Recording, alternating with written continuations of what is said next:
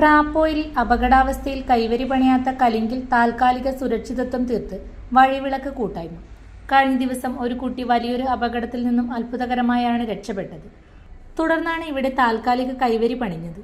School കുട്ടികളും നിരവധി വാഹനങ്ങളും യാത്രക്കാരും സഞ്ചരിക്കുന്ന ഇടമാണിത്. കലിങ്കിന്റെ എതിർഭാഗത്ത് തീർത്തിരിക്കുന്നത് പോലെ ബാരിക്കേഡുകൾ ഈ ഭാഗത്തും പണിയണമെന്നാണ് നാട്ടുകാർ പറയുന്നത്.